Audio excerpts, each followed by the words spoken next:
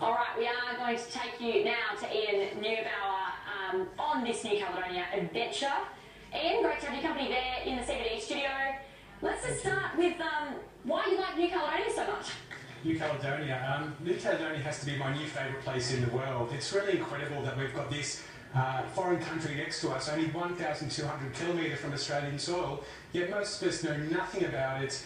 We all go to Fiji, Vanuatu, Samoa, Bali, Thailand, all these places, but we've got this little country right on our doorstep we ignore. Now, I can't explain why, I can only tell you that it is incredible, it is amazing, it is like the French Riviera out there, and it's well worth checking out. So what does that offer travellers when you compare it to places like Bali and Fiji? Well, it's very different. To start off with, New Caledonia is a French territory, so everyone speaks French. The roads are very clean, everything works, there's fantastic food and wine. But unlike all those other countries, Bali, Thailand, Fiji, where there's these slight oddities, you don't really have those issues. There's no bureaucratic problems, there's no corruption you can see, there's no broken roads or broken down cars. It's a very civilised, developed country. Okay, so is it expensive? I mean, does it offer value for money? Look, New Caledonia is expensive, we can't hide that fact. It is much more expensive than those other countries, but value for money, I mean, there's two different things when you think about travelling: expense and value. So what do you get in New Caledonia that makes it worthwhile to pay so much? First of all, there's very few people who live in New Caledonia, only 250,000 people. So the level of environmental care is very, very high, much higher than any other country I've seen in the Pacific. Now recently, New Caledonia declared its entire economic zone, an area of 1.3 million square kilometres, as a national park. That means, what are they saying?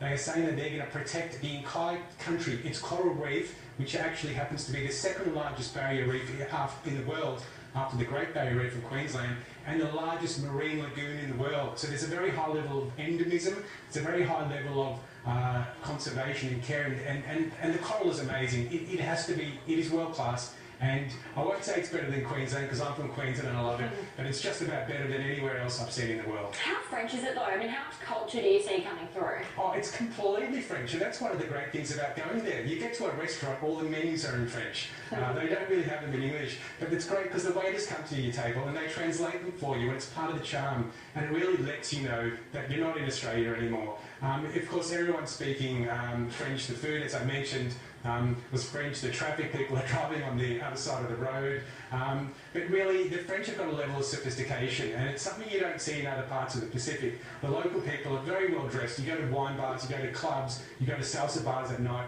and you see the people are very young, they're sophisticated, they're well dressed, they're well connected, they're good looking. So it's an exciting place to go to. Do you have a top pick in cafes and restaurants there? One you recommend? I did.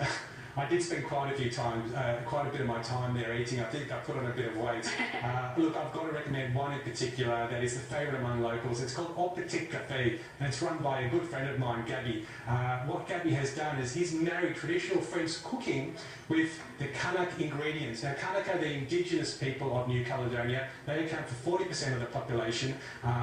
They've got all these very exotic spices and foods that we've really never heard of, and what Gabby has done, he's married those two together. So you go to a French restaurant, but you've got all these weird, different, exciting, exotic ingredients you've never heard of that really bring the flavours alive to your plate and let you know that you're not in Kansas anymore, you're really in Melanesia. But once again, it's all French, it doesn't really make sense, but God, is it great, it's exciting, I love it. Is there a time of the year that's best to go there?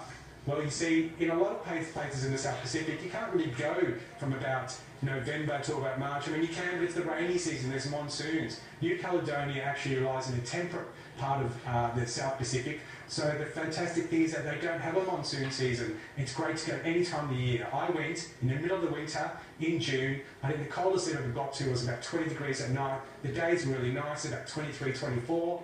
Go there at Christmas time, it hits about 27, 28, 29. But yeah, it's never too hot, never too cold. The weather's perfect. All right, Ian Neubauer, thanks so much for that. We'll have to try to get there. Thank you. And that is all we have time for on this edition of Business Class.